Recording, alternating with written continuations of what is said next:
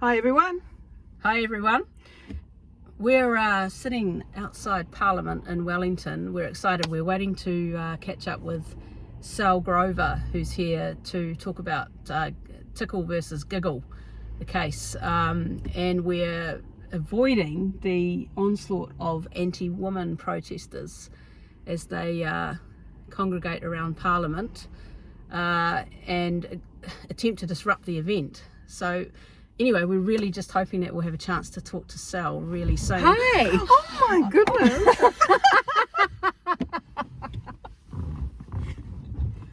Wow! Where did you come from? It's TERF magic.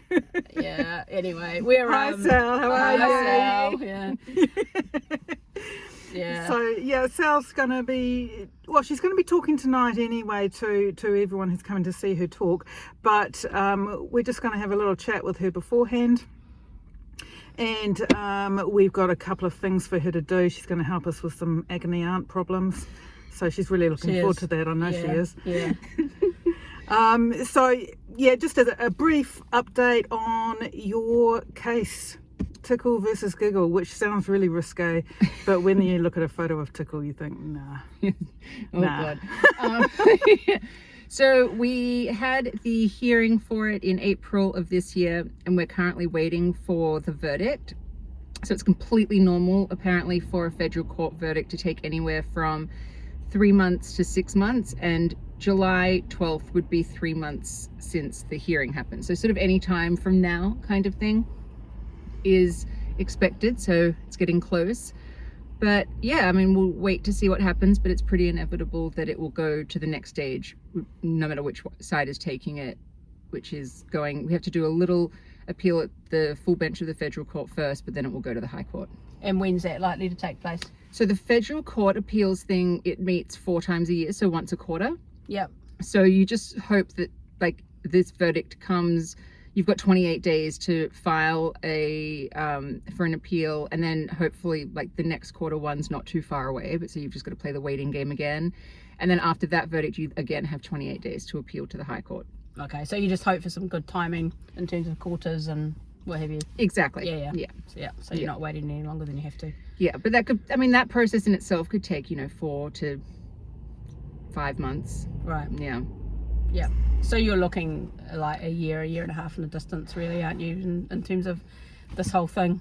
Yeah, I think that, like, I mean, even I think sort of probably maybe split the difference. I think, like, anywhere between a year and 18 months will be, then it will be finished in the High Court. And then there's nowhere else for it to go. Like, that's in terms of, like, legal avenues. But to say was that we just say, like, hell froze over and we lost in everything, then you'd be just still campaigning legislators, you'd be bringing attention to it so that more and more people could find out what had happened. And it's still great ammunition for that, in that respect of bringing attention to sort of how corrupt something is and that women's rights are being completely ignored.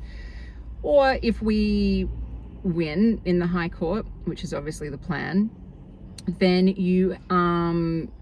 the legal precedent is there that CEDAW has been defended, and in Australian law, women's sex-based rights exist because sex has been given weight over gender identity in the Sex Discrimination Act. Right. Which is what we want. And that's what you want. Absolutely. And would you be, if you did, God forbid, lose at the High Court level, could you put in a judicial review type thing? Is that what you'd be campaigning for next, where it would? There's lots of different things you can do. Like, sometimes even, like, the High Court has been known to make a decision every now and then that makes absolutely no sense. They did one last year, and it was about criminals who were refugees, but they were, like, but they didn't have countries to go home to, but they had criminal records. Right. And so the High Court ruled that they couldn't sort of keep them in these refugee centres where they had, and so they were released into, Australian society. Yeah. And there was a lot of, like, pedophiles and rapists, and a lot of them reoffended within days. And so because of that High Court decision, suddenly the public was made aware of, there was this issue that no one knew what was happening, and then legislators went, oh, hang on a second, something needs to change in the law here. Yeah. And so they got onto it. So if you could have a situation where the High Court rules that men are women, and then there's a public outcry and legislators go, oh, hang on, this is actually really unpopular. So there's lots of different ways to go about this. Overall, I don't think that we'll ever completely lose in that sense, because, you know, as we all know, bringing attention to the issue is half of the battle. Yeah, at least half the battle. Yeah. And actually even being able to bring attention to the issue is the battle, just getting to that stage. And that's where your case has been, I guess, good for the whole movement, in that it's highlighting sex versus gender, human rights, CEDAW, the whole thing. Yeah, because it's the first case that directly tackles sex versus gender identity in the law, and how this conflict plays out, basically. And that, you know, part of our argument has, as everyone, you know, who knows it, has been that, well, one, obviously men are not women, and women cannot be just a thought in a man's mind, nor can discrimination law come down to just a thought. But also, you know, every single human being on the planet has a biological sex, and that's why sex-based rights work for everybody, because it actually is the way to create the least amount of discrimination. Because it's not actually discrimination if a man's not welcome into a female-only space, because it's not for him. You know. So I'm optimistic overall. That's good. Yeah, and that's good. It's a good way to be, I think. You've got to look at it that way. And you have had a lot of exposure. You've been seen all around the world, really, haven't you? Yeah. You've done really well in that. Yeah, I mean, it's uphill battle, because, you know, in Australia, you know, no legacy media in Australia will speak to me. They did report on the case, like, during the week of the hearing, which was a surprise, but they won't speak to me. Like the ABC, when they've got my email, because I've emailed them so many times, in sending them media releases and whatnot, but they at least, you know, put stuff out there. And I think even if media put stuff out there that's like not very complimentary to me, I don't really care about that, because I think that most people can read an article and go, hang on, like, what's going on here?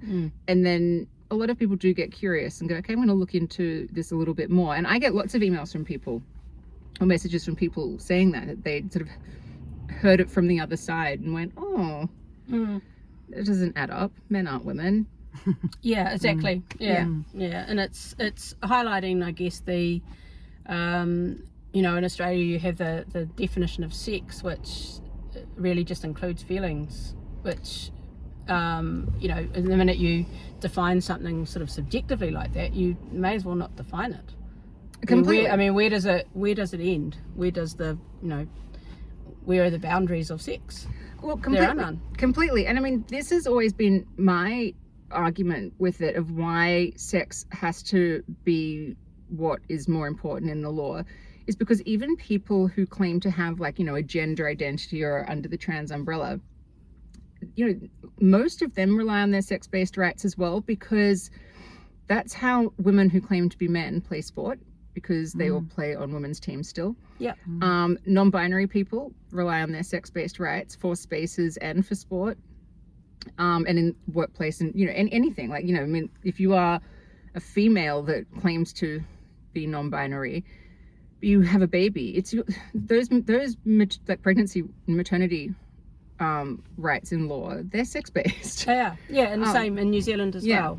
Our sex discrimination covers pregnancy and childbirth as well. So and like, so with gender identity superseding sex in law, the only demographic that actually benefits are the men claiming to be women, because they get privileges that no one else in society has. They do. They get what they're trying to claim is the right to spaces and services that are designated for the opposite sex, and that's not a right that anybody else is claiming. No, it means they have more rights than, like, other men even. They just have the most amount of rights, while claiming to be the most marginalized in society. And at the same time, when you say other men, it's actually all men, because there's really nothing to distinguish a man who says he's a woman from a man who doesn't. Yes, they're exactly the same. Completely agree with you. Like, do you have people saying to you, you know, like, there's no predator who would just pretend to be a woman to gain access to women, and you're like, have you met predators? It's the most naive thing to if they're not doing it, it's only because they haven't thought of it completely, or they're not aware. Or they're not aware of it yet, but they'll catch up. Because you know, predators will think of anything, and they have thought of anything to gain access to the people that they want to, you know, offend against. Completely. So it's a very naive position to say that nobody would do that. And anyway, you know, there's part of it is about somebody being a predator. Another part of it is just about the fact that a man in a woman's space means it's no longer a woman's space, and that they're a woman who will no longer use that space because of that. And that could be the nicest man in the world. It could be your brother or your father or someone lovely. But the minute they're in a woman's space, it's for a lot of women, it's not a safe space anymore. I completely agree with you. Like, he could be the nicest man in the world, but truth still matters. Yeah. And it's just, he's not a woman. Although I do think that the moment a man is going into a woman-only space, he's not a nice man. I don't actually think he's a nice man. He's just already positioned himself as somebody who doesn't care about women's boundaries. So you know, precisely. So I'm not going to give them the benefit of the doubt that they're actually like a gentleman, except for that one thing. Oh no, that's not what I was meaning. Yeah, I know. But if you had a hypothetical situation where there was, yes, you're right. The minute any man who wants to be in that space is already a problem. Yeah. But if you could somehow remove that from the argument. And just yes, otherwise we'd have a situation where we'd say, well, no, you can come in because you're a really nice guy and you're my boyfriend, or you're my, it's not like they're women's plus nice guy spaces, like they're just women's spaces. It's the most simplest and safest way to do it. Is to just say, well, no, we have this really handy little way of distinguishing between people. It's called sex. And we have we use it when we distinguish between the perpetrators of crime. And if you look at sexual offences, we can tell you 99% of sexual offenders are male. So that's sex. So, and there's certainly no statistics that would say that a man is any less likely to be a sexual offender just because he's transgender. He's not necessarily more likely to be a sexual offender, but he's a man, so he's got the same statistical probability of being a sex offender as the next man. Completely agree with you. That's the whole thing. We don't know. And because we don't know, we just say no men.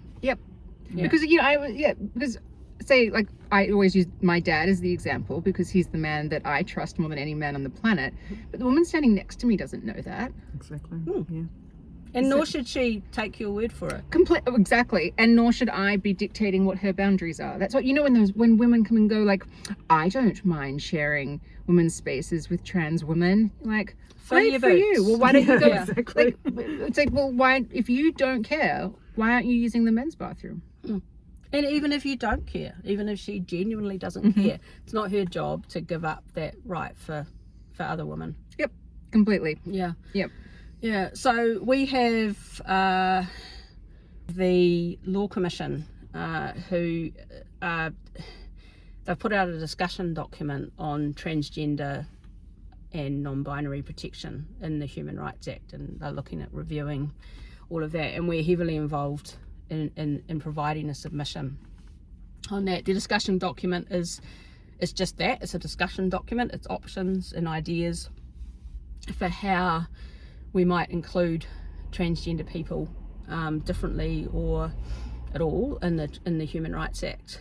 And we're sort of in a situation at the moment where it's thought that gender identity is included under the characteristic of sex, and that is good in some ways but problematic in other ways, and we're looking at ways we can clarify things. And our position is that we need sex really, really clearly defined to be biological sex, and we're fortunate in New Zealand that our self-ID laws that came in 2021 made some concessions around the power of the birth certificate changes, and they said that changing your birth certificate doesn't change your sex.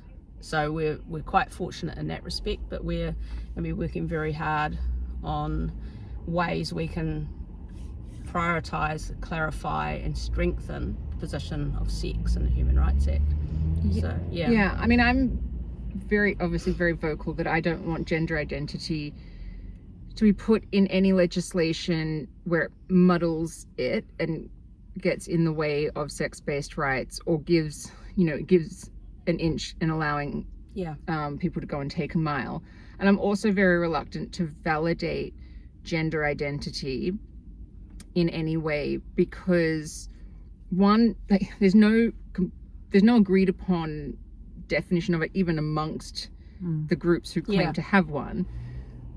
But even if we were looking at it from our perspective, gender identity is a phrase that is actually sort of hiding, gender dysphoria, where, if that is indeed a real thing, is, at the very least, a mental distress. Yeah. And then you've also got, things like autogynephilia, which is a fetish. And so I don't want autogynephilia. Yeah. Given any, just given any sort of position in law, basically. And so my thing is that the ways to protect people who, say females who present masculine, or males who present feminine, or anything like that, it would be relying on sex stereotypes rather than anything to do with gender identity, because I think gender identity is it's a Trojan horse. Yeah, well, we were just talking about this earlier at lunch. It may actually be a surprise to all of you that Sall didn't just magically appear in the back seat. She was there the whole time. Yeah. So we were saying, we've been going around in circles and thinking about how can we strengthen sex, and part, because the Speak Up for Women position is that part of strengthening the position of sex is to say what it isn't, and because we've got gender identity muddled into it at the moment, in some ways separating it out from sex gives us an opportunity to clarify that the two things are very different, and that it's a strength, but it's also difficult because none of us really want gender identity in there. So we were talking about having something like biological sex as a protected characteristic, and then having sex stereotypes as a second characteristic. So you're not using their language, which I think is very very clever, actually, and very a powerful way of doing it. And it's about because at the end of the day, we don't want people discriminated against because of the way they look when they're applying for a job, or applying for accommodation, or wanting to use a service. So it's not, and so we're looking at ways where it can be where both things can happen, where transgender people can have they're not discriminated against because they're transgender, and women's spaces are safe, which is obviously our number one priority. Yeah, I think, and this is something in so many jurisdictions, is getting clarity in the law of what sex means, and that it can only ever mean like your biological sex. Yeah. And that we can drop even having to say biological sex, because, say, in Australia we do have this concept of legal sex, and legal sex is gender ideology. Yeah, that's all it is.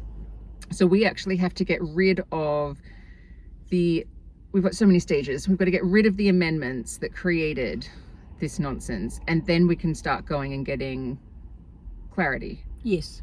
On everything. You have to go backwards. We've got to take. You can go. Yeah, exactly. We can probably go straight into the clarifying. Yeah. And we already have a wee bit of legal help from the previous legislation, the self-ID legislation, that does clarify that sex and gender are not the same thing. Yeah, well, I will actually say with Tickle v Giggle, like a Giggle win, it would be partly that one of the things it would be doing is clarifying, because our whole argument in it is that sex can only be biological. So so the work the work is starting for it to happen, but for it to be just completely off the table, the legal sex just to be out of the conversation, basically, we need to get the amendments taken out. So we have to have we want the precedent there, but then we also want the legislation changed so that it's clear, and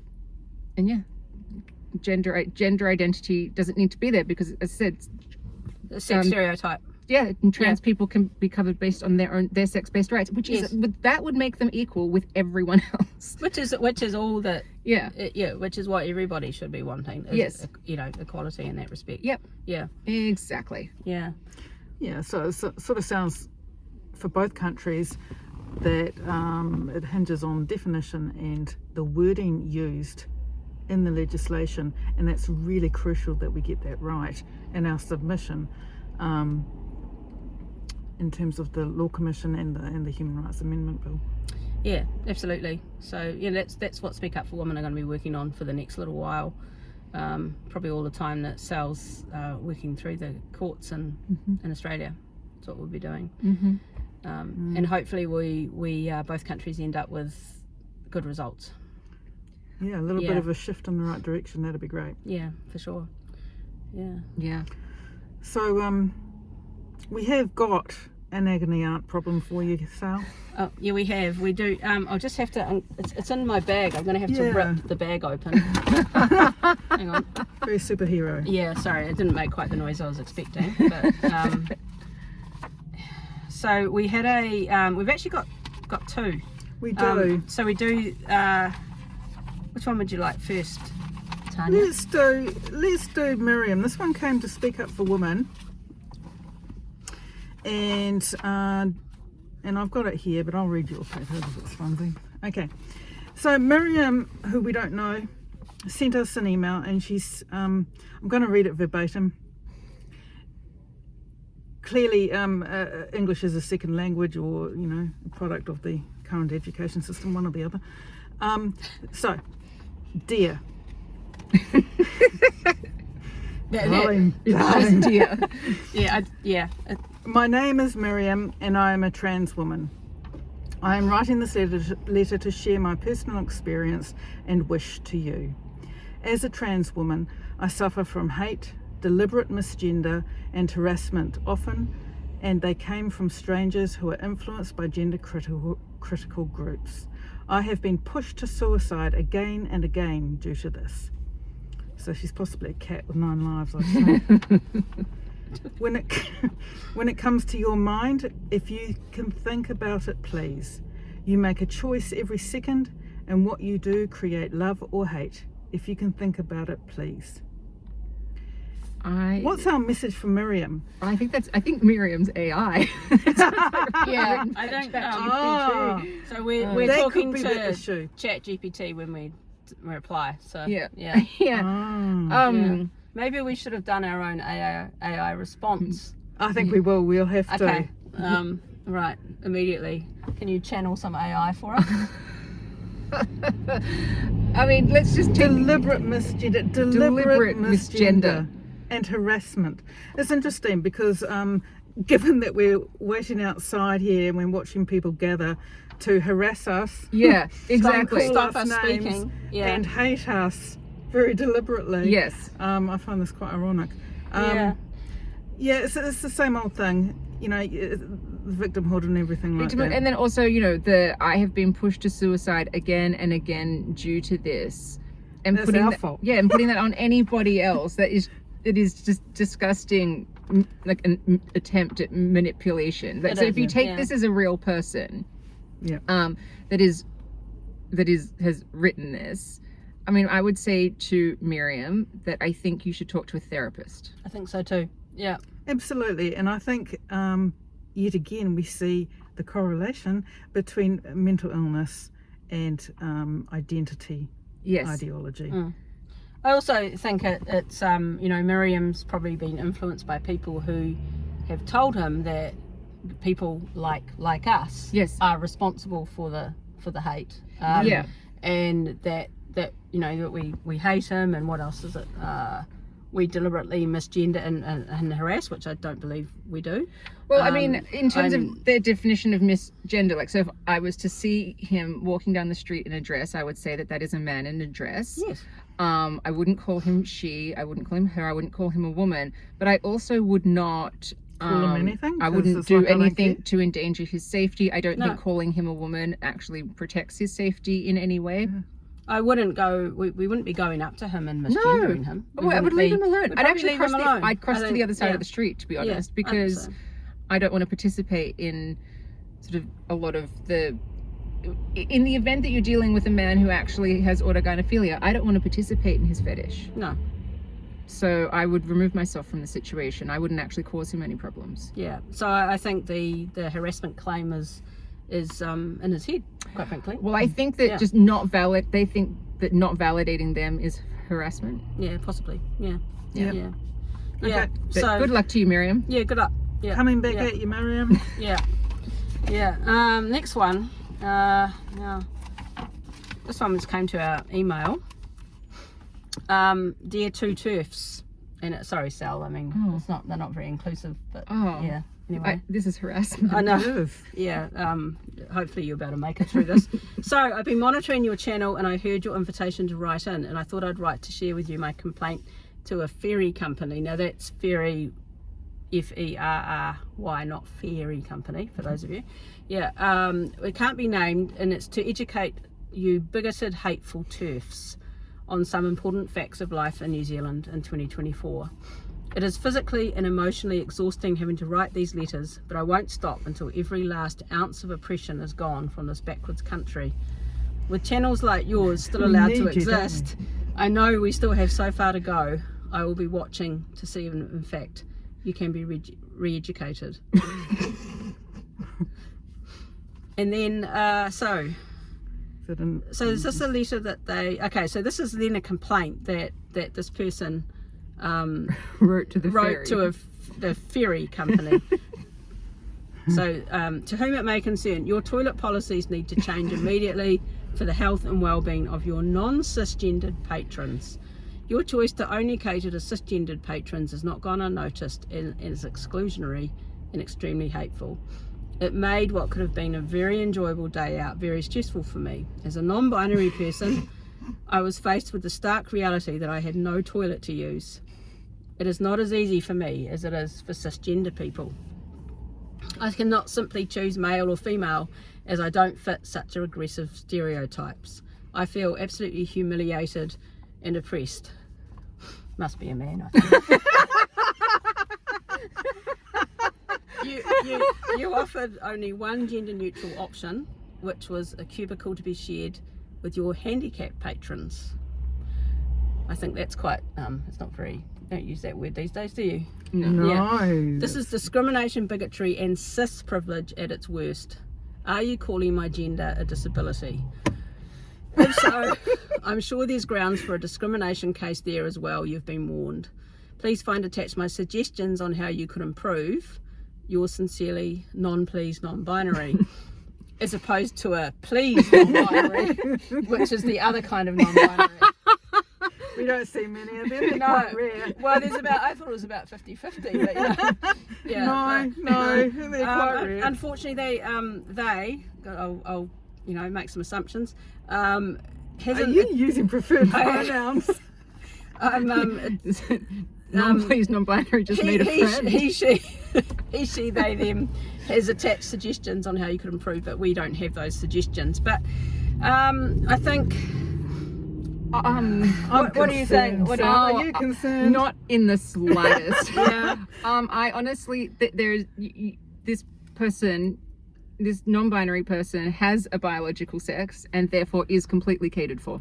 Oh, and also there is a gender neutral option.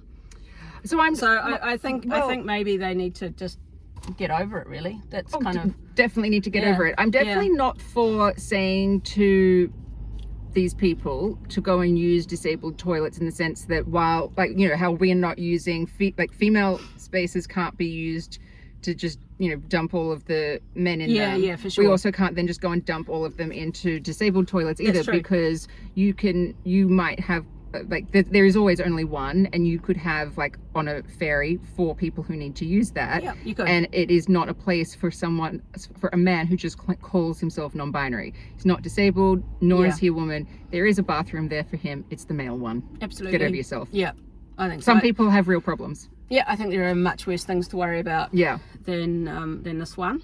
And but I thank you, sir, for your letter. Good Yeah. save. Good save. Okay. Yeah. All right.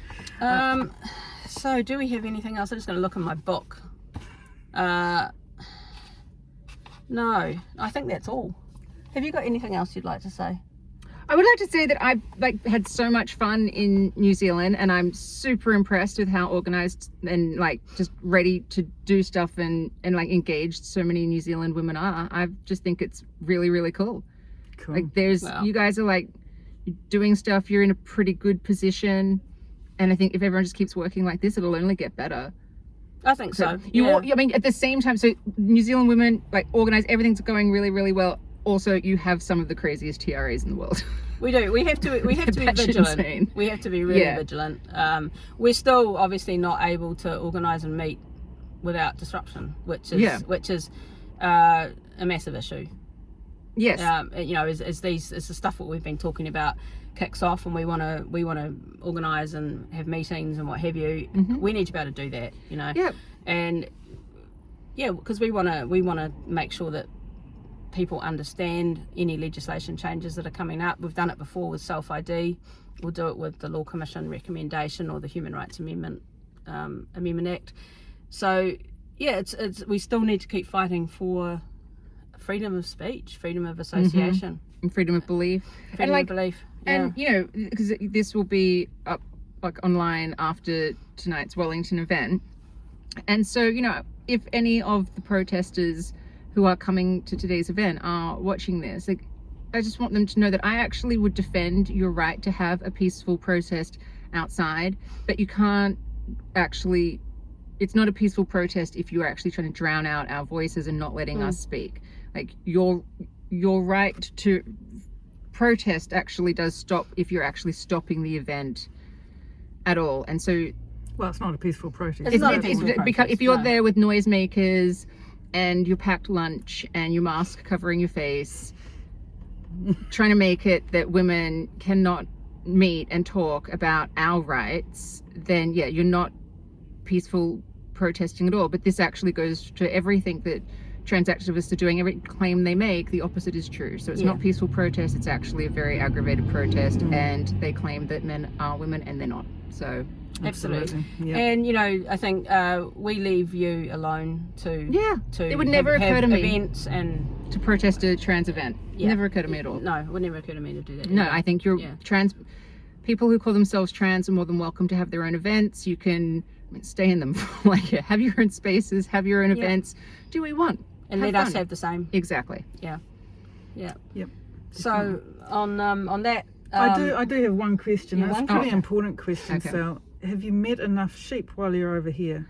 Not nearly as many. No. What's happened? Well, you have been stuck in the city. I think that might have something Well, to do with it. we've driven from Auckland to New Plymouth and then New Plymouth to Wellington. I mean, I've seen a decent amount, but not as many as I would say, because when I was 10, I came over here and we went from Dunedin to Queenstown. And I remember all I saw was sheep. So a lot's changed in 30 years. Yeah, I don't think we do have as many sheep as we used to. No, probably not. Yeah. No, but It's a bit out of our realm, though. We can't really. Yeah, do we much can't about really. it. Yeah. Ask us about whether they're male or female. Yeah, we're on board. Yeah, but we know a ram from a ewe, but that's about it really. So anyway, so this was a two TERFs podcast with an extra TERF. So what would you call it? Like 2 TERFs plus? Or 3 TERFs? 3 TERFs and a ute. Three Yeah. TERFs and a ute. So, and thanks, Sal. We've had a lovely day with Thank you. you, Sal. thank you It so was much. a I've had such a pleasure. great day. Yeah. Wellington is really beautiful and everyone should come and visit. Just bring Cool. all the TERFs to Wellington. Yeah. Cool, absolutely. and we'd like to meet you if you do. Yeah, come and see us, and you can catch up on our website, speakupforwomen.nz.